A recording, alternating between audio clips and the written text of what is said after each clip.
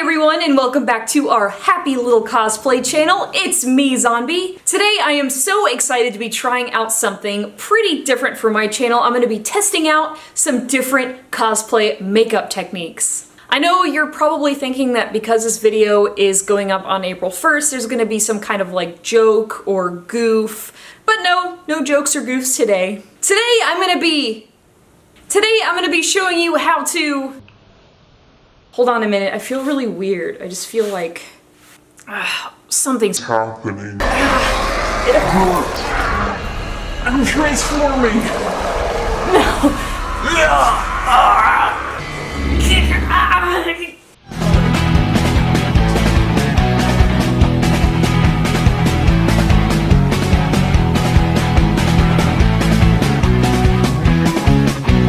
Happy April Fools, everyone! Today I am transforming myself into Dale Gribble from King of the Hill. This is the first time I'm doing a dude/crossplay transformation, so I hope this is helpful to you guys if you're trying to do something similar, or if you're just interested or maybe horrified. I hope that you keep watching and have a fun time watching this because I had a lot of fun making this.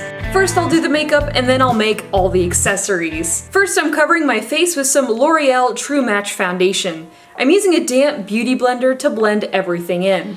Then I'm using Tarte Shape Tape Concealer and putting it on a few of my problem areas that need some extra attention, like the sides of my nose and my chin. I'm not worrying about under the eyes too much here because they'll be covered by glasses anyway. I'm using some translucent setting powder by Tarte to set my makeup. This powder is great, but I've started using DMCA setting powder recently, and it's awesome as well. Now to contour. The secret to looking like someone you're not is contouring. I'm using my NYX contour kit and using a dark brown to contour my nose. Dale Gribble has a thin, pointy nose, so I really went in on either side of the bridge of my nose and at the bottom of my nose to give it that effect. I applied some of the same color under my eyes to make them look more sunken in. Next, I'm going in with the same color into my laugh lines, and shadowed in some creases on my forehead.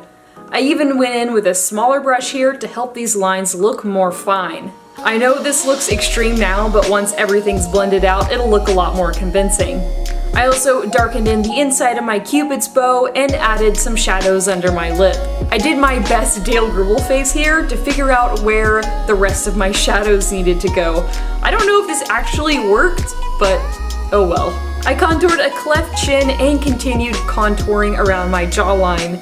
Since Dale's eyebrows are usually furrowed behind his sunglasses and not visible, I lightened my eyebrow hairs with concealer to make them less noticeable. I contoured my neck to help match my face. I even faked an Adam's apple by contouring the middle of my neck. I looked at where my creases were on my neck and contoured those areas to make them look more sunken in. I started blending some lighter colors into the areas that are more prominent on Dale's face, like his cheekbones and the bridge of his nose. I also contoured the cheekbones more to make them look even higher. I kept blending the colors together until I was satisfied.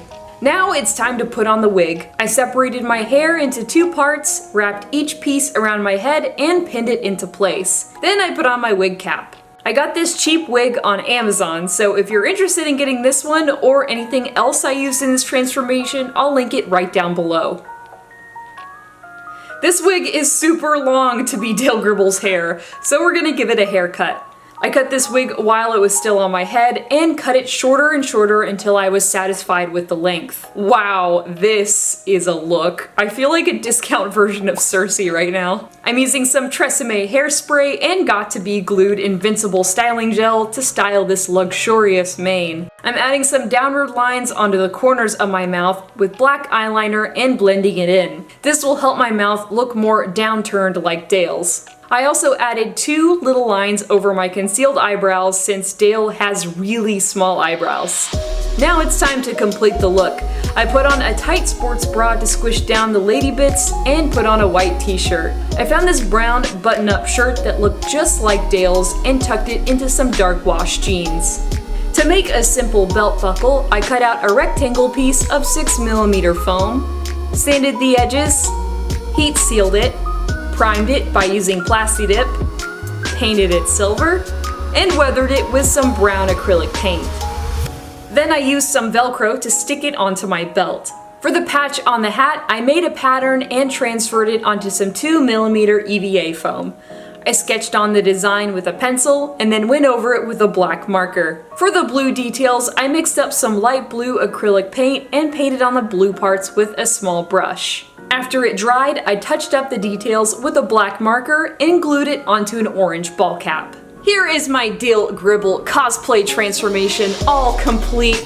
This was a lot of fun to make, and the makeup was really challenging, and it was a really good opportunity to practice. So I hope that if you're planning your own crossplay, this tutorial helped you out. And if it didn't, well, I hope that it was entertaining. Let me know down below if you guys are interested in seeing more of these kinds of transformations, because I had a lot of fun and I want to do more of these in the future, so let me know what you guys would like to see. This week's featured makers includes Diana the Sloth on Instagram. She made this really cool Espeon Valkyrie cosplay that she did with a group of equally amazing cosplayers. Your hard work really paid off. You guys look amazing. The Married Makers on Instagram made Hannah and Human Dave from Rat Queens.